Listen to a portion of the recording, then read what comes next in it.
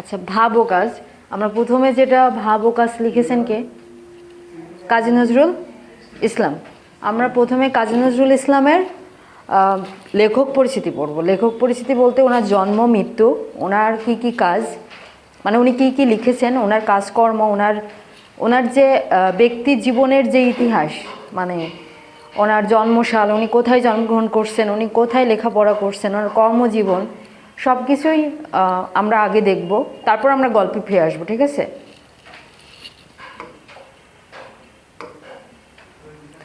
এই যে লেখক পরিচিতি।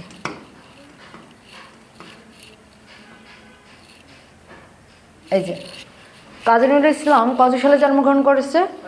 1899 খ্রিস্টাব্দের 24শে মে। ওটা ইংরেজি সাল আর এটা হচ্ছে বাংলা। 1306 বঙ্গাব্দের 11ই জ্যৈষ্ঠ বর্ধমান জেলার আসানসোল মহকুমার চুরুলিয়া গ্রামে জন্মগ্রহণ করেন। কোথায়? চুরুলিয়া গ্রামে। গ্রামের নামটা কিন্তু আসে, মনে থাকবে। তিনি বিশ্ববিদ্যালয়ে পড়াশোনা শেষ করতে পারেননি, তার মানে উনি বিশ্ববিদ্যালয়ের পড়াশোনা শেষ করেননি। তারপরে আচ্ছা, বিদ্যালয়ের পড়াশোনা শেষ করতে পারেননি কারণ উনি তো জানেনি, উনি স্কুলে পড়েননি আর কি। উনি লেখালেখি করছেন, উনি রুটির দোকানে কাজ করছেন, তারপর উনি সেনাবাহিনীতে গেছিলেন হয়তো 80-এর পরে। 10ম শ্রেণীর ছাত্র থাকাকালে প্রথম মহাযুদ্ধ শুরু হলে তিনি স্কুল ছেড়ে, প্রথম যে মহাযুদ্ধ মানে বিশ্বযুদ্ধ যেটা, তারপর দ্বিতীয় বিশ্বযুদ্ধ, উনি প্রথম যে মহাযুদ্ধ হয় সেখানে তিনি স্কুল ছেড়ে বাঙালি পল্টনে যোগদান করেন। কারণ এই যে বললাম না যে সেনাবাহিনীতে যোগদান করেছিল, কারণ কোনো একটা দেশে যদি তোমার বিশ্বযুদ্ধ শুরু হয়, যেমন রাশিয়াতেও শুরু হয়েছে, তো ওখানে কি করে, তুমি যদি যেতে ইচ্ছুক থাকো তাহলে যেতে পারবা, সরকার অ্যালাউ করে।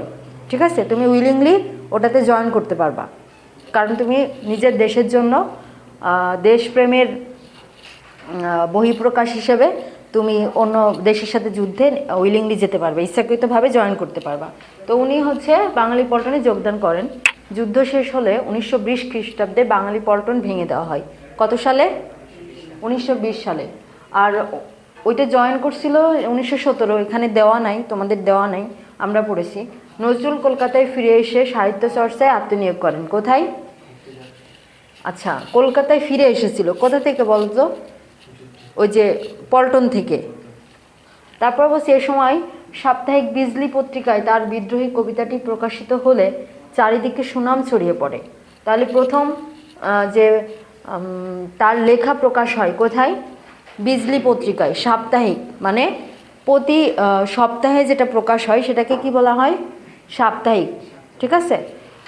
ওটাতে, কারণ কোনো কিছু যদি তুমি প্রচার করতে চাও, লেখালেখি, আমি এর আগে বলছিলাম না আগের ক্লাসে যে তোমাকে পত্রিকায় লিখতে হবে, পত্রিকায় লিখে তারপর তোমার ওইটার জনপ্রিয়তা বা ওইটা কতটুকু মানুষের কাছে গ্রহণযোগ্যতা পেয়েছে, লেখার ধরন কেমন, তোমাকে ওটা পত্রিকায় লিখতে হবে।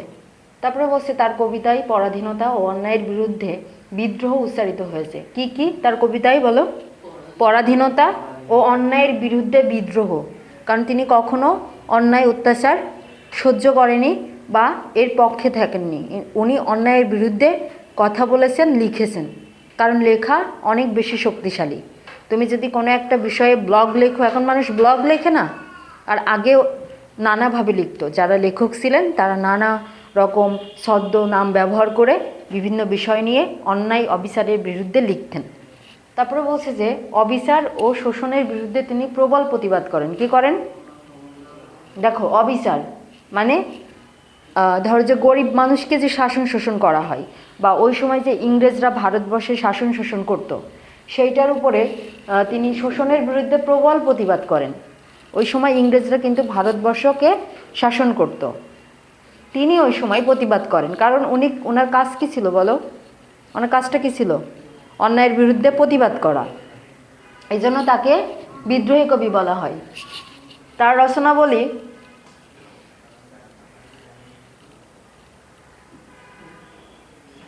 আর নেই কেন, বই আছে, দেখো তো পরের পেজে দেখি। আচ্ছা, তার রচনাবলী অসাম্প্রদায়িক চেতনার উজ্জ্বল দৃষ্টান্ত। অসাম্প্রদায়িক বলতে কিছু বোঝো? কি বোঝায় বলো তো? অসাম্প্রদায়িক বলতে কি বোঝায়? যেখানে একটা ধর্মকে কেন্দ্র করে বা কোনো একটা ধর্মকে প্রধান করে ভাবা হয় না, যেখানে সব ধর্মের মানুষ বসবাস করবে, সব শ্রেণীর মানুষ বসবাস করবে শান্তিতে, কোনো রকম কোনো ঝামেলা তৈরি হবে না, কোনো রকম কোনো অশান্তি বিরাজ করবে না, সবাই যে যার মতো কাজ করবে, মানুষ মানুষকে শ্রদ্ধা করবে, একটা শান্তি বজায় থাকবে। অসাম্প্রদায়িকতার যে রাজনৈতিক ক্ষেত্রে যেটা ব্যবহার করে, সাম্প্রদায়িক মানে তুমি তোমার সম্প্রদায়কে বা তোমার ধর্মকে প্রধান বলে মনে করো, কিন্তু এদেশে তো সব ধরনের মানুষ বসবাস করে, তাই না? সব ধর্মের মানুষ, সব শ্রেণীর মানুষ, পৃথিবীর প্রত্যেকটা জায়গায় সব শ্রেণীর মানুষ বসবাস করে। অসাম্প্রদায়িক বলতে বোঝানো হয় যে সেখানে সব ধর্মের মানুষ সমানভাবে বসবাস করবে, সমান অধিকার নিয়ে, সমান সম্মান নিয়ে, ঠিক আছে? তারপরে বলছে কবিতা, সঙ্গীত, উপন্যাস, নাটক, প্রবন্ধ, গল্প, সাহিত্যের বিভিন্ন শাখায় নজরুল প্রতিভার স্বাক্ষর রেখেছেন। কোথায় কোথায়? তাহলে ওনাকে বিদ্রোহী কবি কেন বলা হয় এটা লিখতে হবে, কিন্তু এটা কিন্তু পরীক্ষায় আসবে, যে উনি অন্যায় এবং অবিচারের বিরুদ্ধে কি করতেন? প্রতিবাদ করতেন, লিখতেন। উনি কখনো অন্যায় অবিচার মেনে নেননি, যার কারণে ওনাকে কি কবি বলা হয়? বিদ্রোহী কবি। তিনি সাম্যবাদী। সাম্যবাদ মানে কি বলো? সব কিছুকে সমান করা। উনি চাননি যে বৈষম্য হোক, বড়লোক শুধু বড়লোক হবে, গরিব গরিব হবে, এবং বড়লোকরা মানে উপর শ্রেণীর মানুষ নিম্ন শ্রেণীর মানুষকে শাসন শোষণ করবে, সেটা উনি চান নাই। এজন্য উনি সাম্যবাদ প্রতিষ্ঠা করতে চেয়েছেন। চেতনাভিত্তিক কবিতা, শ্যামা সঙ্গীত, ইসলামী গান ও গজলও লিখেছেন উনি। কিন্তু ইসলামের ওমর রমজানের রোজার শেষে যেটা তোমরা শুনতে পাও প্রত্যেকটা রোজায়, ওটা কিন্তু কার লেখা? কাজী নজরুল ইসলামের লেখা। উনি কিন্তু অনেক গজল এবং অনেক ইসলামের সঙ্গীত লিখে গেছেন। উনি যে শুধু সব ধর্ম মানে শুধু অন্য ধর্মকেই সাপোর্ট করেছেন সেরকম না, উনি নিজের ধর্মকেও যেরকম অনেক কিছু লিখেছেন, ওনার অনেক কর্ম আছে, অনেক লেখা আছে, তেমনই অন্য ধর্মকে উনি এজন্যই ওনাকে সাম্যবাদী মানে সাম্যের বা সমান করতে চেয়েছেন, যে এখানে কোনো ভেদাভেদ থাকবে না, যে আমার ধর্মই সেরা বা আমার ধর্ম ভালো তোমার ধর্ম ভালো না, এগুলো হবে না। উনি সব শ্রেণীর মানুষকে মানে মানুষকে সম্মান করবে, যেটা উন্নত দেশে করা হয়, যে কাজ করুক না কেন কাজকে সম্মান করা হয়, আর এখানে মানুষের কর্ম দেখে সম্মান করা হয় আমাদের দেশে। তো তারপরে বলছে কবিতা গানে বহুল পরিমাণে আরবি ভাষীর শব্দ ব্যবহার করেছেন। বা দেখো, মাত্র 43 বছর বয়সে তিনি কঠিন রোগে আক্রান্ত হয়। কত রোগে? কি রোগে বলো? কত বছর বয়সে?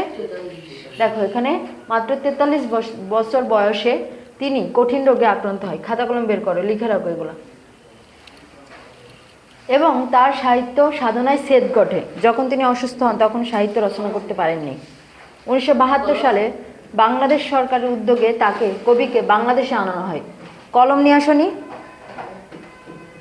1972 সালে কখন তাকে বাংলাদেশে নিয়ে আসা হয়? কত সালে? 1972। এটা কিন্তু আসবে, প্রতি বছর আসে পরীক্ষায়। আর এই 43 বছর, কত বছর বয়সে উনি দুরারোগ্য রোগ বা কঠিন রোগে আক্রান্ত হন? 43 বছর বয়সে। এটা লিখে রাখো, টপিকের নাম লেখো, তারপরে কবির নাম লেখো, আর এগুলো হচ্ছে এমসিকিউ হবে বা ক নম্বর প্রশ্নের উত্তর হবে, সৃজনশীল। 1974 সালে তিনি ঢাকা বিশ্ববিদ্যালয় থেকে ডিলিট উপাধি লাভ করেন। কত সালে? কোন বিশ্ববিদ্যালয়? আর কি উপাধি লাভ করে? আচ্ছা, 1976 সালে তিনি বাংলাদেশের নাগরিকত্ব ও 21 পদক পান। 74-এ পেয়েছেন কি? Delete degree. কি ডিগ্রি? Delete degree. কোন বিশ্ববিদ্যালয়? আর তারপর 76 সালে কি পেয়েছেন? বাংলাদেশের নাগরিকত্ব। কারণ ওনাকে কলকাতা থেকে নিয়ে আসা হয়, ভারত থেকে নিয়ে আসা হয়, ওনাকে নাগরিকত্ব প্রদান করা হয়, আর 21-এ পদক পান, উনি পদক দেওয়া হয়। তিনি আমাদের জাতীয় কবি। কি কবি? এটা তো সবাই জানো ছোট থেকে। আমাদের জাতীয় কবির নাম কি? তার বিখ্যাত গ্রন্থগুলোর মধ্যে রয়েছে, দেখো এগুলো মুখস্থ করতে হবে, মাস্ট মনে রাখতেই হবে।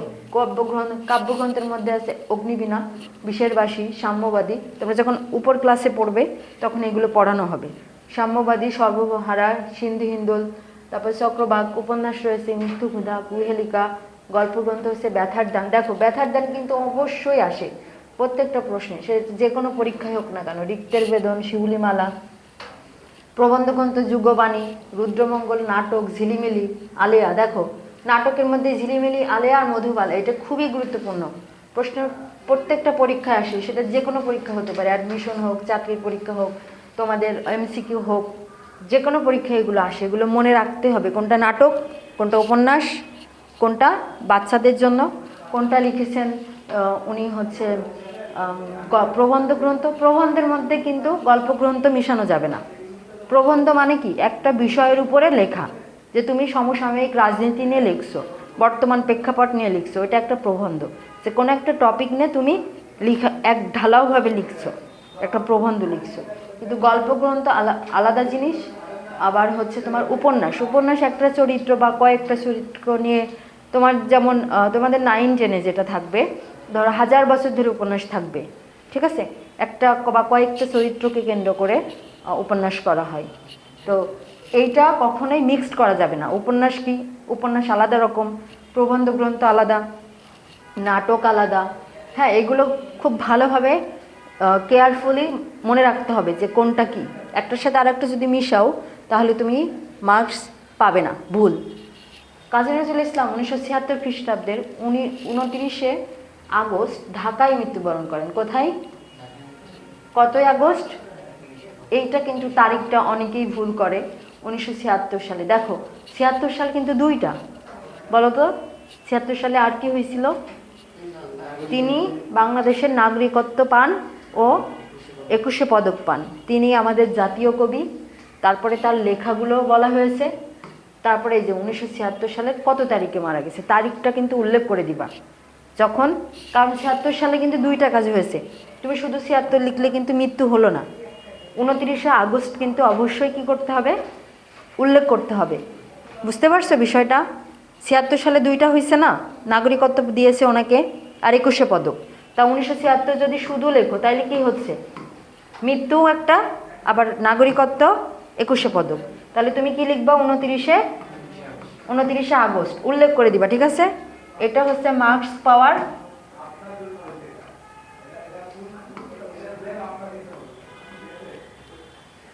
মার্কস পাওয়ার কিছু টেকনিক থাকে, মানে এটা হচ্ছে অ্যাকুরেসি বলা হয়, যে তুমি তারিখ উল্লেখ করে দিয়েছো, মানে তুমি একদম মানে টিচারকে বুঝাচ্ছ যে হ্যাঁ এইটা এইটা তারিখটা ঠিক আছে 29শে আগস্ট, এটা দিয়ে বোঝা যায় যে উনি এত তারিখেই 76 সালে মারা গেছে। আবার 1976 সালে যখন পরীক্ষা আসবে যে নাগরিকত্ব 21শে পদক পান কত সালে, তখন কি দিবা, শুধু 76 সাল, ওখানে কিন্তু কোনো তারিখ নেই, মিশানো যাবে না, ঠিক আছে? একটার সাথে আর একটা মিশাবা না, মিশানোর কারণেই নাম্বার কম পাই। তখন তোমার মনে হবে যে আমি তো 76 সালই লিখছি, তাহলে নাম্বার কেন দিল না? হ্যাঁ, তোমার কি এই তারিখটা তোমার মাথায় রাখতে হবে যে 29শে আগস্ট, আর ওটা হচ্ছে কোনো তারিখ দেওয়া নেই, শুধু 1976 সাল।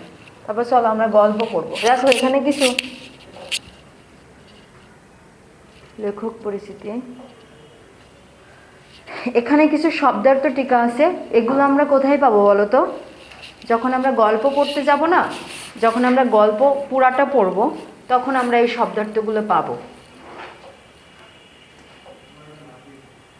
ভাব ও কাজ, কি ভাব ও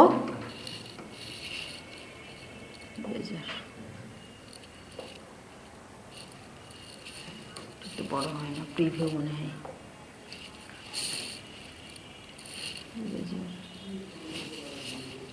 ইরেজার দিয়ে যায় না কেন?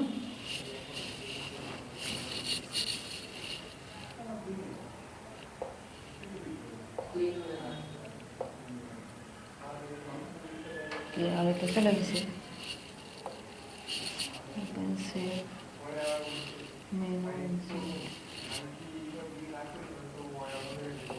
দেখি সেভে আছে কিনা।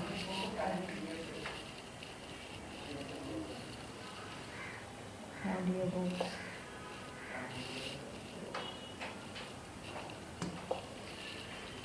লিস্টের মধ্যে দেখি।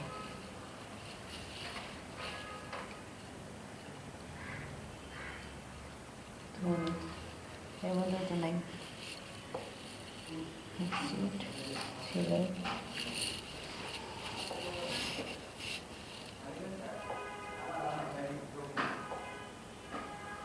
এটা কি পড়ে পাওয়া না?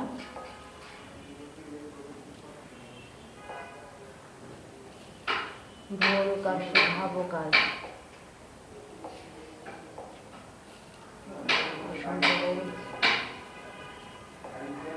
তোমার ভাবো কাজ, এটা কেন আসে না?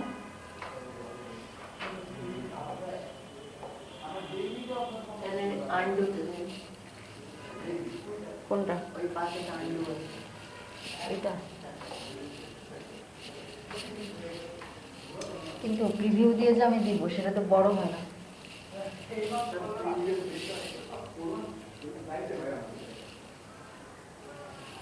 এই যে আসছে, তো ইরেজার দিয়ে ইরেজার দিলাম।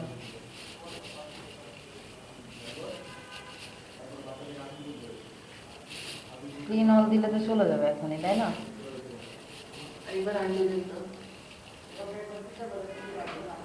না, হবে না।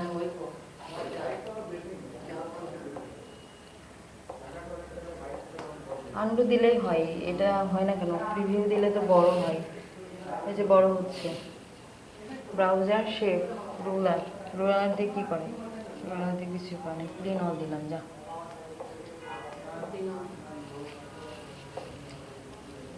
এটাই আসতেছে। এই যে হয় না তো, আন্ডু দিলে এরকম বড় আসে, তারপরে তো মুছে না। যে ইরেজার যদি দিব, ইরেজার দিলে তো যে এই তো মুছতেছে। আর এটা কেমন হয়েছে? হ্যাঁ, এটাতে এইটা তো আমি মুছতে চাই, এগুলো কেমন আসে? হ্যাঁ, কমে দিয়েছে, দাঁড়াও।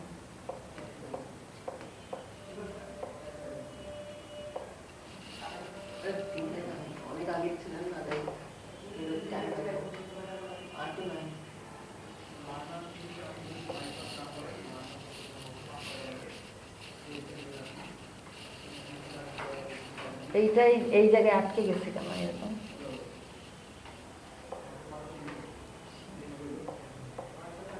এই যে এই যে আসে আসে না।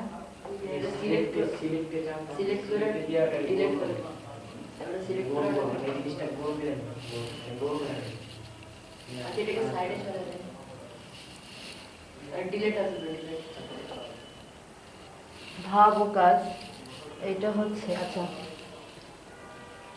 এক এক বোর্ড এক এক রকম। ভাবে ও আর কাজের সম্বন্ধটা খুব নিকটবোধ হলেও আদতে এই জিনিস দুইটাই কিন্তু আসমান জমির তফাৎ। কেন বলছে বলতো? ভাব ও কাজ এই জিনিসটা নিকট, মনে হয় যে কাছাকাছি, কিন্তু আদতে আসমান জমির তফাৎ আছে, মানে অনেক ফারাক, অনেক পার্থক্য। ফারাক মানে কি? অনেক পার্থক্য। তারপরে বলছে যে ভাব জিনিসটা হইতেছে পুষ্পবিহীন সৌরভের মতো। কিসের মতো? পুষ্পবিহীন সৌরভ, মানে ফুল নেই। ফুলে কি ছড়াই বলতো? সৌরভ ছড়াই, গন্ধ ছড়াই। তাই জন্য বলতেছে ভাব জিনিসটা কি? বলো, ভাব জিনিসটা কি? এটা হচ্ছে পুষ্পবিহীন সৌরভের মতো, মানে যে ফুল নাই। পুষ্পবিহীন মানে ফুল নাই কিন্তু গন্ধ ছড়াই। তাই বলি কাজ মানে যে সৌরভবিহীন পুষ্প, ইহা যেন কেউ মনে করিয়া না বসেন। কিন্তু কাজের সাথে কিন্তু এই এই জিনিসটা আবার হবে না যে ফুল নাই, সুবাসও নাই। কাজ কিন্তু অন্যরকম। দেখো, সৌরভবিহীন পুষ্প, ইহা যেন কেউ মনে করিয়া না বসেন। ভাব মানে কিন্তু কি? পুষ্প নাই কিন্তু সৌরভের কথা বলছে। পুষ্প নাই কিন্তু সৌরভ, কিন্তু কাজ মানে কিন্তু এটা ভাবা যাবে না, ঠিক আছে? কিন্তু মনে হতে পারে যে এটা নিকটে, আদতে এদের কি আছে? অনেক অনেক ফারাক আছে, অনেক তফাৎ আছে, অনেক পার্থক্য আছে, ঠিক আছে? দুইটা জিনিসের কি আছে? অনেক পার্থক্য আছে। ইহা সম্পূর্ণভাবে বস্তু জগতে। কাজ জিনিসটাই কি করে? ভাবকে রূপ দেয়। দেখো, ভাবকে রূপ দেবে কে? কাজ কি করবে তাহলে? ভাবকে রূপ দিবে। ইহা সম্পূর্ণভাবে বস্তু জগতে। কোন জগতে? বস্তু জগতে। তাই বলিয়া ভাবকে যে আমরা মন্দ বলিতেছি বা নিন্দা করিতেছি তাহা নয়। তাই বলে যে আমরা ভাবকে খারাপ বলছি তা কিন্তু না। ভাবেরও গুরুত্ব আছে, ঠিক আছে? ভাব জিনিসটা খুবই ভালো। মানুষকে কবজায় আনিবার জন্য তাহার সর্বাপেক্ষা কোমল জায়গায় ছোঁয়া দিয়া তাহাকে মাতাইয়া না তুলিতে পারিলে তাহার দ্বারা কোনো কাজ করানো যায় না। বিশেষ করিয়া আমাদের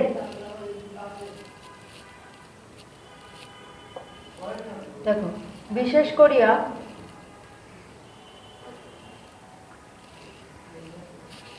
করিয়া আমাদের এই যে মানে ভাব আর কাজের মধ্যে যে সম্পর্ক বা পার্থক্য, প্রথমেই কিন্তু সেই বিষয়টা কি করতেছে, সংজ্ঞা বা ধারণা দিচ্ছে প্রথমেই। তারপরে বলছে যে মানুষকে কবজায় নিয়ে আসে, দেখো, তাহার জন্য সর্বাপেক্ষা কোমল জায়গায় ছোঁয়া দিয়া তাহাকে মাতাইয়া না তুলিতে পারিলে তাহার দ্বারা কোনো কাজ করানো যায় না, বিশেষ করিয়া আমাদের এই ভাব পাগলা দেশে। কিন্তু শুধু ভাব লইয়া থাকিব, লোককে শুধু কথায় মাতাইয়া মশগুল করিয়াই রাখব, এও একটা মস্ত বদ খেয়াল। মানে শুধু ভাব নিয়ে থাকলেই হবে না, শুধু মানুষকে মাতালেই হবে না, কি করতে হবে, এটা কিন্তু একটা অন্যরকম কি বদ খেয়াল, মানে খারাপ একটা অভ্যাস। তারপরে বলতে এই ভাবকে কার্যের দাসরূপে নিয়োগ করিতে না পারলে, কার্য মানে কি বলতো, কার্য মানে হচ্ছে কাজে পরিণত করা, ঠিক আছে। দাসরূপে নিয়োগ করিতে না পারিলে ভাবের কোনো সার্থকতাই থাকে না। তাহা ছাড়া ভাব দিয়া লোককে মাতাইয়া, দেখো, ভাব দিয়া লোককে মাতাইয়া তুলিয়া যদি সেই সময়, দেখো তুমি অনেক, ধরো যে তুমি অনেক বড় বড় কথা বললে কিন্তু কাজের সময় নাই, এটা তো হবে না, তাই না? তোমার শুধু কথা বললে হবে না, তোমাকে তো কাজ দিয়ে প্রমাণ করতে হবে, তাই তো? শুধু যে কথা বলবা বড় বড় যে হ্যাঁ আমি ভালো রেজাল্ট করবো, এটা বললেই তো হবে না, তোমার তো পড়তে হবে, তোমাকে কিন্তু হার্ড ওয়ার্ক করতে হবে। তুমি যদি হার্ড ওয়ার্ক না করো, তুমি স্টাডি না করো, প্র্যাকটিস না করো বারবার, তুমি কি কথা মুখে বললে পারবে? সবাই ধরো বাসার মানুষ কেউ সন্তুষ্ট না, তুমি যদি বলো দেখে নিও পরীক্ষার সময় আমার রেজাল্টটা কেমন হয়। তো এখানে এটাই বলা হচ্ছে যে কার্যে দাসরূপে নিয়োগ করিতে না পারিলে ভাবের কোনো সার্থকতাই থাকে না। তাহা ছাড়া ভাব দিয়া লোককে মাতাইয়া তুলিয়া যদি সেই সময় গরমাগরম কার্যসিদ্ধি করাইয়া লইয়া না হয়, তা হইলে পরে সে ভাবাদেশ কর্পূরের মতো উড়িয়া যায়। কর্পূর মানে বুঝো, কর্পূর বুঝো, কর্পূর মানে ওই যে হচ্ছে হাওয়ায় যেটা মিশে যায়, ধোঁয়া, ধোঁয়া যেটা তোমার হচ্ছে হাওয়ায় মিশিয়ে যায়, একদম মানে নিমিষেই নাই হয়ে যায়, এটা বলছে কর্পূরের মতো উড়ে যায় বা মিশে যায়, দেখো, মতো উড়িয়া যায়। অবশ্যই এখানে কার্যসিদ্ধি মানে স্বার্থসিদ্ধি নয়। যিনি ভাবের বাঁশি বাজাইয়া জনসাধারণকে নাচাবেন তাহাকে নিঃস্বার্থ ত্যাগী ঋষি হইতে হবে। দেখো, নিঃস্বার্থ ত্যাগী ঋষি হইতে না পারলে তুমি কিছুই করতে পারবে না, তোমাকে যে কোনো কাজে ত্যাগ স্বীকার করতে হবে যদি সফল হতে চাও। দেখো, স্বার্থসিদ্ধি করা নয়, এখানে কার্যসিদ্ধি মানে যে স্বার্থসিদ্ধি নয়। যিনি ভাবের বাঁশি বাজাইয়া জনসাধারণকে নাচাইবেন তাহাকে নিঃস্বার্থ ত্যাগী ঋষি হইতে হবে। ঋষি বুঝো, ঋষি বুঝো, যাদেরকে অনেক মানে অনেক পায়াস মনে হয়, ধার্মিক বা সব দিক দিয়ে ভালো, ঠিক আছে, সন্ন্যাসী টাইপের আর কি, মানে তার দিন দুনিয়ার ওরকম সার্থকতা নাই কিন্তু মানুষের ভালো কাজের জন্য নিজেকে নিয়োগ করেছে। তারপরে বলছে যে তিনি লোকদিকের সূক্ষ্ম অনুভূতি বা ভাবকে জাগাইয়া তুলিবেন মানুষের কল্যাণের জন্য, কিসের জন্য? নিজের স্বার্থ সিদ্ধির জন্য নয়, ঠিক আছে। এখনকার মানুষ কি করে, সব নিজের স্বার্থ আগে দেখে না, কিন্তু জগতে তো এমন মানুষও আছে যে যাদের অনেক কিছু আছে, তারা মানুষের জন্য করে যাচ্ছে, মানুষের কল্যাণের জন্য বিভিন্ন প্রতিষ্ঠান গড়ে তুলছে, শুধু নিজের কথা ভাবছে না। তাহাকে একটা খুব মহত্তর উদ্দেশ্য ও কল্যাণ কামনা লইয়া ভাবের বন্যা বইতে হইবে, নতুবা বানভাসির পর পলিপাড়ার মতো সাধারণের সমস্ত উৎসাহ প্রাণ একেবারে কাদা ঢাকা পড়িয়া যাবে। বানভাসী বুঝো? বানভাসী কারা বলো? বানভাসী তারাই যারা হচ্ছে বন্যার পরে যাদের সব কিছু কী হয় বলো, নদী ভাঙন হয় না, সব ভেসে যায় না।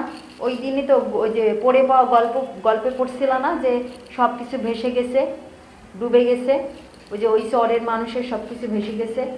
তো বানভাসী মানে কি, যে হঠাৎ করে যে বন্যা হয় বা দীর্ঘ যে পানি বাড়তে থাকার পরে সব কিছু ভেসে যায়, জমি জায়গা মানে ঘর বাড়ি সব নদীতে ডুবে যায়, হয় না, রাস্তাঘাট ডুবে যায়, ওটাকেই তো বানভাসী হয়। পলিপাড়া, ওই যে পলে মানে কি বলতো, পলি পড়ে না বন্যার পরে, ওই যে জমি উর্বর হয়ে যায়, পলি পড়ে ধোয়া আসে, পানি এসে জমে যে পলি পড়ে ওটাকে পলি পড়া বলতেছে। যে ওইখানকার মতো সাধারণের সমস্ত উৎসাহ ও প্রাণ একেবারে কাদা ঢাকা পড়িয়া যাইবে। যেমন পলিতে কিন্তু স্তরে স্তরে জমে, ওটা কিন্তু নরম হয়, পা দিলে অনেক নরম লাগে, ঠিক আছে। রাস্তাঘাট তখন দেখবা যে কিছু জায়গা অনেক উঁচু হয়ে যায়, পানি ওই জায়গায় জমে জমে চারিদিক দিয়ে যখন ধুয়ে ধুয়ে পানি আসে, ধুয়ে বুঝো মানে সব কিছু ভাসিয়ে নিয়ে আসছে, ওই জায়গায় এসে জমা হয়েছে, ওইটাকে পলেই বলে আর কি, ঠিক আছে, কাদা জমে আর কি। তো এই জন্য কেহ কেহ বলেন যে লোকের কোমল অনুভূতিতে ঘা দেওয়া পাপ। দেখো কি বলতেছে, লোকের কোমল অনুভূতিতে কি করা পাপ? ঘা দেওয়া, বুঝো, বলো, ঘা দেওয়া বুঝো, আঘাত দেওয়া। দেখো কোমল অনুভূতিতে কি করা পাপ? এই যে ঘা দেওয়া পাপ, আঘাত করা পাপ। কোমল অনুভূতি বুঝো, সেন্সিটিভ জায়গা, ঠিক আছে, সেন্সিটিভ জায়গা বুঝাচ্ছে। কেননা অনেক সময় অনুপযুক্ততা প্রযুক্ত হইয়া ইহাতে সুফল না ফলিয়া কুফলই ফলে। দেখো অনেক সময় কি হয়, সুফল না হয়ে, ভালো না হয়ে খারাপের দিকেই যায়। আগে হইতে সমস্ত কার্যের বন্দোবস্ত করিয়া বা কার্যক্ষেত্র তৈয়ার রাখিয়া তবে লোকদিগকে সোনার কাঠির ছোঁয়া দিয়া জায়গা তুলিতে হইবে। সমস্ত বন্দোবস্ত কিন্তু করতে হবে, কার্যক্ষেত্র তৈয়ার রাখিয়া। তৈয়ার মানে কি জানো? তৈরি। তৈয়ার মানে কি? তৈরি। তৈরি রেখে তবে লোকদিগকে সোনার কাঠির ছোঁয়া দিয়া জায়গায় তুলতে হবে, মানুষজনকে অ্যাক্টিভ করতে হবে, বুঝতে পারছো? সচেতন করতে হবে, হ্যাঁ, মানুষজনকে সচেতন করতে হবে। তারপরে বলছে নতুবা তাহারা যখন জাগিয়া দেখিবে, নতুবা মানে কি, তা না হলে তাহারা যখন জাগিয়া দেখিবে যে তাহারা অনর্থক জাগিয়াছে, মানে শুধু শুধু জেগে উঠছে, কোনো কাজ নাই, কোনো তোমাকে আশ্বাস দেওয়া হলো এই করা হবে সেই করা হবে, যেমনটা তোমার অনেকেই বলে যে এটা হবে, মানে চটকদার যে বিজ্ঞাপনগুলো দেয় যে এই করা, এটা করা হবে, কিন্তু পরে দেখবে যে কিছুই না, ঠিক আছে, হয় না এরকম? শুনতে শোনা যায় কত কিছু আছে, কিন্তু আসলে গিয়ে দেখো যে তেমন কিছুই নাই যতটা বলেছে। ঠিক ওরকম বলছি যে জাগিয়া দেখিবে যে তাহারা অনর্থক জাগিয়াছে, কোনো কার্য করিবার নাই, মানে কাজ করবার কিছুই নাই, তখন মহাবিরক্ত হইয়া আবার ঘুমাইয়া পড়িবে। যখন দেখবে, যখন একটা মানুষ আশা নিয়ে তোমার উপরে কি করবে, তোমার উপর ভরসা করবে, কিন্তু তুমি কিছুই তেমন রেজাল্ট দিতে পারলে না, তখন কি তোমার উপরে আশাটা থাকবে? বিরক্ত হবে না মানুষ? ঠিক বলতেছে যে আবার ঘুমায় পড়বে, তখন আর জাগাইলেও জাগবে না, কারণ ওর আশা শেষ, তাই না? যখন তুমি অনেক বড় বড় কথা বললা, যখন তুমি বললা যে তুমি টেস্টে ফার্স্ট হবা, কিন্তু তুমি 10 নম্বরে চলে গেছো, তুমি যদি 2-3-এও থাকো ঠিক আছে, কিন্তু যখন তুমি সবাই প্রত্যাশা করতেছে তোমার উপরে যে তুমি অনেক কিছু করবা, কিন্তু তুমি করে দেখাতে পারছো না, তখন কি আর কেউ বিশ্বাস করবে? তোমার উপরে বিশ্বাসটা হারিয়ে গেছে না? ঠিক ওরকম। কেননা তখন যে তাহারা জাগিয়া ঘুমাইবে, এবং জাগিয়া ঘুমাইলে তাহাকে কেউ, কারণ জেগে জেগে ঘুমাইলে কি উঠানো যায়? দেখবে যে গভীর ঘুম হইলে, এই জেগে ঘুমানো আর ওইটা আলাদা বিষয়। যখন মানুষ তোমার উপরে আশা হারাবে, তখন তুমি একদম ফাইনাল রেজাল্ট না দেওয়া পর্যন্ত কেউ তোমাকে বিলিভ করবে যে তুমি আসলে দিতে পারো বা তুমি মেধাবী? মানুষ কিন্তু যদি শোনে যে আমাকে ডাকতেছে, আমি জেগে আছি, উঠবো না মানে উঠবোই না, তখন কি করে বলো? যখন দেখে যে উঠবো না মানে উঠবোই না, তখন কি করে? আর উঠতেই চায় না। এজন্যই বলছে যে যখন তারা দেখবে যে যখন তারা জেগে জেগে ঘুমাবে, তখন কিন্তু আর জাগানো যাবে না, কারণ অলরেডি সে আশাহত হয়েছে না, যে আমার আশা করে কোনো লাভ নেই, কোনো কাজ হচ্ছে না। বুঝতে পারছো এই কথাটার মর্ম কি? আশা করেছিল, আশা কি হয়েছে? বিফল হয়েছে না? তাহা অপেক্ষা বরং কুম্ভকর্ণের নিদ্রা ভালো। কুম্ভকর্ণ বুঝো? কুম্ভকর্ণের নিদ্রা, কুম্ভ বুঝো? কুম্ভকর্ণের নিদ্রা কাকে বুঝাচ্ছে বলো তো? কোন জিনিসটাকে বুঝাচ্ছে? হ্যাঁ, বুঝি নাই। হ্যাঁ, বলছে এখানে,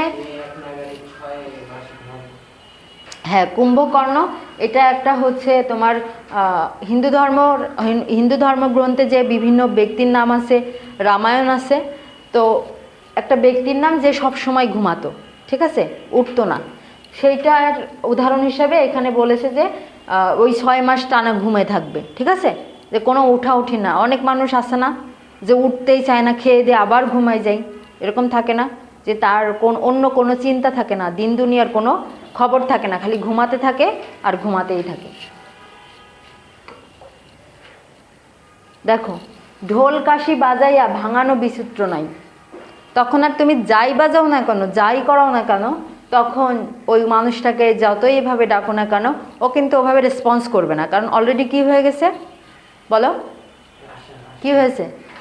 আশাহত হয়েছে না? তার কি আশা আছে?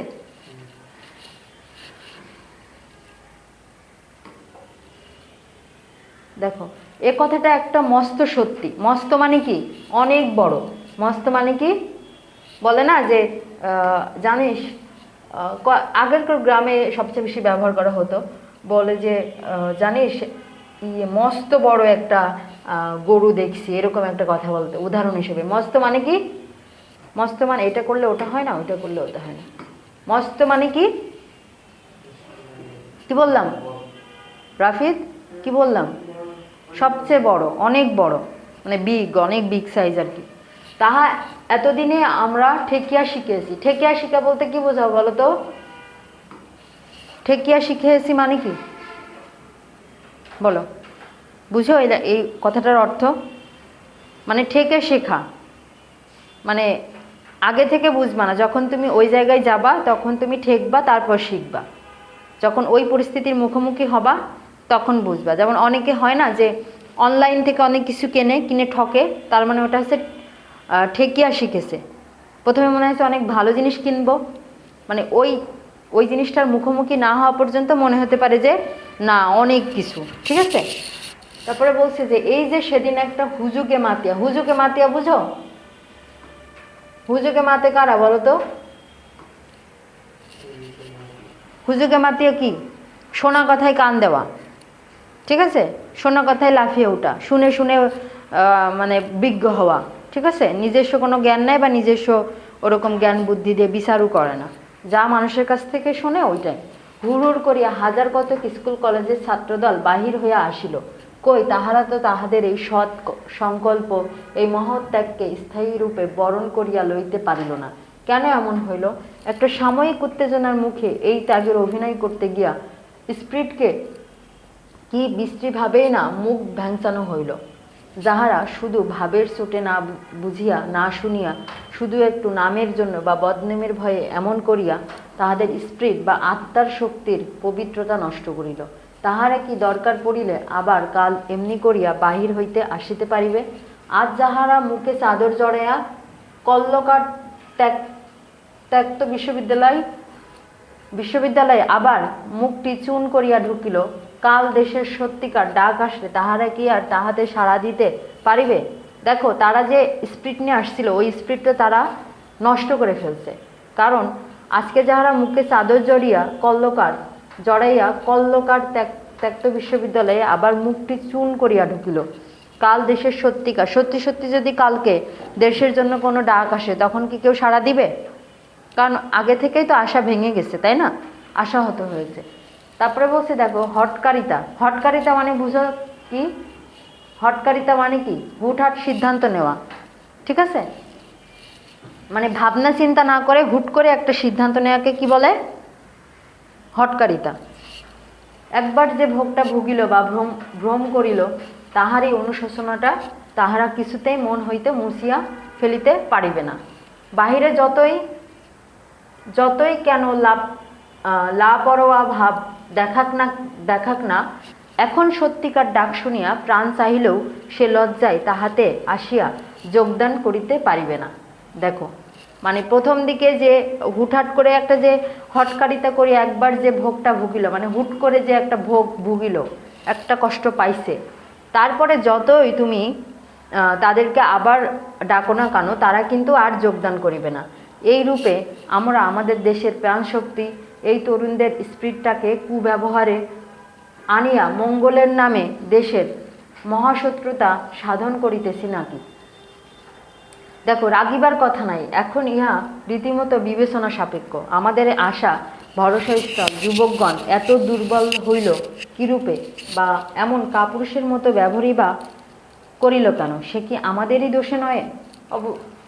এখন প্রশ্ন করতেছে যে এই যে তাদের পরিবর্তনটা হলো, ঠিক আছে, যে এখন দেশের জন্য যদি ডাক আসে তারা আর আসবে না, এই যে তাদের হটকারী সিদ্ধান্ত, তারা যে হুট হুট করে সিদ্ধান্ত নিল, তারা যে ভুগলো, পরবর্তীতে তারা কিন্তু সত্যি সত্যি ডাক যদি আসে দেশের জন্য, তারা কিন্তু আসবে না, কারণ তারা আশাহত হয়েছে। তোমার উপর যখন আশা ভরসা মানুষের উঠে যাবে, তখন মানুষের সারা শব্দ তুমি আর পাবা না, ঠিক আছে, তখন কিন্তু কেউ তোমার পাশে এসে দাঁড়াবে না। তারপরে বলছে যে সাপ লইয়া খেলা করিতে গেলে তাহাকে দস্তর মতো সাপুড়ে হওয়া চাই, শুধু একটু বাঁশি বাজাইতে পারিলেই চলিবে না। কারণ তুমি যদি ভালো সাপুড়ে না হও, ভালো সাপুড়ে ছাড়া কামড় দিবে না সাপ, কারণ সাপকে তো কন্ট্রোল করা শিখতে হবে, তাই না? তুমি যে কাজই করো না কেন সেটার তো পারদর্শী হইতে হবে, তোমাকে এক্সপার্ট হইতে হবে না। তুমি যদি এক্সপার্ট না হয় তাহলে তো তুমি নিয়ন্ত্রণ করতে পারবে না, পারবে? নিয়ন্ত্রণ করা না শিখলে বা কন্ট্রোল করতে না পারলে তোমার তো সাপুড়ে হয়ে লাভ নেই। শুধু বাঁশি বাজালেই তো হবে না, বাঁশি তো তুমি আমিও বাজাতে পারি, কিন্তু আমরা কি সাপুড়ে হইতে পারবো ওদের মতো প্রশিক্ষিত? সাপ লইয়া খেলা করিতে গেলে দেখো বাঁশি বাজাইতে পারিলেই চলিবে না, এই পর্যন্ত ছিল। আর যদি সত্যিকার কর্মী থাকিত দেশে, তাহা হইলে এমন সুবর্ণ সুযোগ মাঝ মাঠে মারা যাইতো না। দেখো বলতেছে আজকে যদি দেশের জন্য সত্যিকার অর্থে কর্মী থাকতো, যারা দেশের জন্য সত্যি সত্যি করতে চাই, দেশের ভালো চাই, তাহলে আমরা মাঝ মাঠে মারা যাইতাম না। ত্যাগী অনেক আছেন দেশে, কিন্তু কর্মীর অভাবে বা তথাকথিত কর্মী নামে অভিহিত লোকদের সত্য সাধনার অভাবে। দেখো কর্মী এক জিনিস আর তথাকথিত কর্মী আর এক জিনিস। যারা নামমাত্র কর্মী দেশের জন্য, যারা সুযোগ পাইলে কি করবে, নিজের স্বার্থ হাসিল করবে। আর অনেকে আছে যে নিজ দেশকে ভালোবেসে আগে দেশের জন্য করবে, তারপর নিজের চিন্তা করবে। তাহলে দেখো সত্যিকার কর্মী আর তথাকথিত কর্মী কিন্তু আলাদা, ঠিক আছে? সাধনার অভাবে তাহারা কোনো ভালো কাজে আর কোনো অর্থ দিতে চাইবেন না, বা অন্য কোনো রূপ ত্যাগ স্বীকার করিতেও রাজি নন।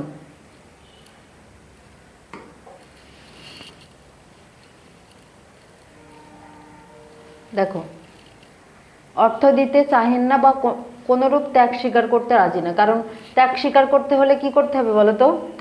সত্যিকার ত্যাগী কর্মী হইতে হবে। এখানে কিন্তু বলেছে সত্যিকার ত্যাগী কর্মী, আর এটা কিন্তু তথাকথিত কর্মী। কারণ দেশকে উন্নত করতে হলে তোমাকে কোন কর্মী লাগবে বলো তো? রাফিদ বলো, কোন কর্মী লাগবে? ত্যাগী কর্মী। আর তথাকথিত কারা? কারা তথাকথিত উমাইমা? তথাকথিত বলতে কি বোঝায়? যারা নামে মাত্র, মানে আসলে তারা কি করে না, দেশকে ভালোবাসে না। তারপরে বলছে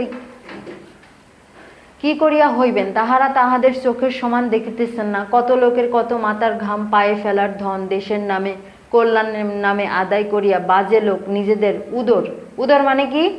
পেট। উদর মানে কি? পেট পূর্ণ করছে। ধরো যে সবাই কিন্তু ভর্তুকি, মানে সব ভালো ভালো যারা আছে বা দেশ সরকার কিন্তু দেশের উন্নয়নের জন্য ভর্তুকি প্রদান করে, বা তুমি আমি কিন্তু ভ্যাট দেই, কিন্তু দেশের অনেক মানুষ আছে যারা নিজেদের স্বার্থের জন্য ভালো টাকা পয়সা জোগাড় করার পরে নিজেদের পেট ভরায়। উদর মানে কি? লিখে রাখো, আন্ডারলাইন করে রাখো।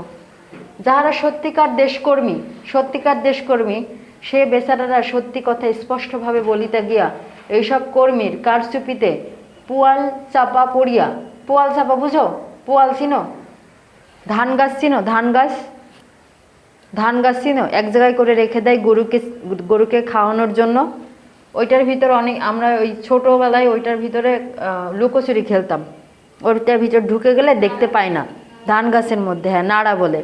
এই যে পুয়াল চাপা বলছে, পুয়াল। হ্যাঁ, যখন কোনো ভালো কর্মী কোনো কাজ করতে যায়, তুমি যখন ভালো চাইবা তখন তোমার অনেক শত্রুর জন্ম নিবে, তখন তোমাকে চাপা দিবে। পুয়াল চাপা বলতে মানে তোমাকে বিপদে ফেলবে, বুঝতে পারছো? তারপরে বলছে বেচারা এখন ভালো বলিতে গেলেও এইসব মুখোশ পরা ত্যাগী, মুখোশ পরা কিন্তু, ঠিক আছে, মানে ভণ্ড ত্যাগী মহাপুরুষগণ হট্টগোল বাঁধাইয়া লোককে সম্পূর্ণ উল্টা বুঝাইয়া দিয়া তাহাকে একদম খেলো ঝুটা ইত্যাদি প্রমাণ করিয়ে দেন। ঝুটা মানে কি? মিথ্যা, ঠিক আছে, বলবে যে বানানো। খেলো মানে কি? মানে একটা খেলনা। ঝুটা মানে মিথ্যা। যখন তুমি সত্যিকার একজন দেশপ্রেমিক হয়ে দেশের জন্য করতে যাবা, তখন এরকম মুখোশ পরা যারা ত্যাগী আছে ওরা কি করবে, মব সৃষ্টি করবে, মানুষজনকে বোঝাবে যে এটা খেলা, তারপরে বোঝাবে যে এটা ঝুটা মিথ্যা। সহজ জনসাধারণের সরল মন এসব না, কারণ জনসাধারণ তো যা দেখবে তাই বলবে, বোঝা নাই, এত গভীর জ্ঞান তো নাই, ঠিক আছে। তারা তো সহজ জিনিসকেই বিচার করে, সহজভাবেই বিচার করে, যা দেখতে পাবে। তো যখন ব্রেন ওয়াশ করবে, এই যে মুখোশ পরা কর্মীরা যখন ব্রেন ওয়াশ করবে, তখন আসল যারা দেশপ্রেমিক আছে ওদের ক্ষতিগ্রস্ত হবে না, ওতে বুঝবে না, কারণ জনগণ কিন্তু অত বিচার করে না, সহজ জনগণ কিন্তু অত জাজ করে না, ঠিক আছে। এসব না ধরিতে পারার দরুন তাহাদের মন অতি অল্পেই ওই সত্যিকার কর্মীদের বিরুদ্ধে বিষয়া ওঠে। বিষ তো উঠবেই, কারণ তো বুঝাচ্ছে যে ও ভালো না আমি ভালো, কিন্তু ওর তো কি মুখোশ পরা ভণ্ড। 10 চক্রে ভগবান ভূত, কথাটা মস্ত সত্যি কথা, কারণ 10 চক্র ভগবান ভূত এটা একটা তোমার হচ্ছে ফ্রেজ, হ্যাঁ, ইডিয়ম, যে প্রবাদ, এই প্রবাদটা ব্যবহার করা হয়েছে যে ভগবান আসলে যখন অনেক মানুষের বলে না যে অনেকগুলো মানুষ যখন একটা কাজ করতে যায়, কাজটা তো হয় না, বড় আরও ঝামেলা তৈরি হয়, তাই না। তা হইলে এখন উপায় কি? এক সহজ উপায় এই যে এখন হইতে জনসাধারণের বা শিক্ষিত কেন্দ্রের উচিত ভাবের আবেগে অতিমাত্রায় বিহব্বল হইয়া কাণ্ডাকাণ্ড ভালো মন্দ, এটা কি দিয়েছে, কাণ্ডাকাণ্ড ভালো মন্দ জ্ঞান হারাইয়া না ফেলা। দেখো, তাহলে সবার উচিত কি, শিক্ষিত জনগণের উচিত যে হারাইয়া না ফেলা, ভালো মন্দ বিচার করতে শেখা। কি বলো তো, ভালো মন্দ কি বিচার করতে শেখা, একটাই উপায়। তাহলে কি হবে, কে ভণ্ড আর কে আসল এটা চেনা যাবে। তারপরে বলছে যে আমরা বলিব ভাবের সুরাপান, বুঝো, হ্যাঁ, ভাবের সুরাপান, সুরা বুঝো, এই সুরা কি, নেশা করার জন্য বা তোমার মানে তরল জাতীয় যে ইয়াগুলা, তোমরা ওই যে স্পিড খাও না, তারপরে মজো খাও না, কোকাকোলা খাও না, ইসলামে কিন্তু এটাকে সুরা বলা হয়, যেটা লিকুইড, মানে তরল পদার্থ, তরল পানি। কিন্তু জ্ঞান হারায়ও না, ভাবের সুরা পান করো, মানে যাই করো, ঠিক আছে, 37 ঠিক রাখো, যতই পাগল হও না কেন, আসল দিকটা তোমার ঠিক রাখতে হবে, কারা ভণ্ড কারা আসল ওইটা তোমার ভালো করে বিচার করতে হবে। তা হইলে তোমার পতন, তোমার দেশের পতন, তোমার ধর্মের পতন, মনুষ্যত্বের পতন। ভাবের দাস হইও না, ভাবকে তোমার দাস করিয়া লও। বলছে ভাবের আবেগে পড়ে এমন কিছু করো না যে এগুলো নষ্ট হয়ে যায়, ভাবকে তোমার দাস বানাও। দাস মানে কি, দাস কারা বলো, দাস বলতে কি বোঝায়, হ্যাঁ, দাস মানে হচ্ছে চাকর বা অনুগত্য, যারা কথা বললে শুনে, যা বলবা তাই শুনবে, ওটাকে কি বলে, দাস। তারপরে বলছে কর্মে শক্তি আনিবার জন্য ভাব সাধনা করো। তাহলে ভাব কিন্তু দরকার আছে, ভাবকে বাদ দিয়ে কাজ করা যাবে না। কর্মশক্তি আনিবার জন্য কোনটা ব্যবহার করবা, ভাবকে, স্পিরিট বা আত্মার শক্তিকে জাগাইয়া তোলো, কিন্তু তাই বলিয়া কর্মকে হারায়ও না। তাহলে কি করতে হবে, কর্মকে হারানো যাবে না। তারপরে বলছে যে অন্ধের মতো কিছু না বুঝিয়া না শুনিয়া ভেড়ার মতো পেছন ধরিয়া চলে না। ভেড়ার কিন্তু একটা দোষ আছে, একটা ভেড়া যেদিকে যায় লাইন ধরে সব ভেড়া ওইদিকে যায়, ভেড়ার পাল বলা হয়। ভেড়ার পাল বুঝো, একটা যদি যায় ওই সব ভেড়াই ওইদিকে যায়, মনে করে এটাই সত্যি। এজন্য পালে হাওয়া দেওয়া যাবে না, আসল জিনিসটা বুঝে তারপর বিচার করতে হবে। শুনে মুসলমান হওয়া যাবে না, ঠিক আছে, শুনে জ্ঞানী হওয়া যাবে না, আগে জ্ঞান অর্জন করতে হবে। এই লাইনটার এটাই মানে যে আগে তুমি নিজে সচেতন হও, নিজে অর্জন করো, তারপর তুমি বাজ বিচার করো, কারো কাছ থেকে শুনে বাজ বিচার করো না। নিজের বুদ্ধি দেখো, নিজের কর্মশক্তিকে জাগায়া তোলো, এই লাইনটা দেখো, নিজের বুদ্ধি নিজের কর্মশক্তিকে জাগায়া তোলো। তোমার এই ব্যক্তি স্বাতন্ত্র্যই দেশকে উন্নতির দিকে, মুক্তির দিকে, কারণ তুমি যখন জ্ঞান চর্চা করবা, তোমার যখন ভালো ধারণা থাকবে যে দেশের জন্য কোনটা ভালো কোনটা খারাপ, তখন তো তুমি নিজেই বিচার করতে পারবা কে সত্যি বলছে বা কে বানাইয়ে বলতেছে, তাই না। তাহলে দেশের জন্য করার জন্য তোমার নিজের জ্ঞান থাকতে হবে, অন্যের কথা শুনে নাচা যাবে না, ঠিক আছে, অন্যের কথা শুনে হটকারী সিদ্ধান্ত নেওয়া যাবে না, লাভ দেওয়া যাবে না। তোমার এই ব্যক্তি স্বাতন্ত্র্যই দেশকে কি করবে, উন্নতি করবে। কারণ তুমি যখন নিজে নিজে জ্ঞানী হবা তখন তো ব্যক্তি স্বাতন্ত্র্য আলাদা হয়ে যাবে, তাই না? এসব জিনিস ভাব আবিষ্ট হইয়া চক্ষু বুঝিয়া হয় না, কোমর বাঁধিয়া কার্যে নামিয়া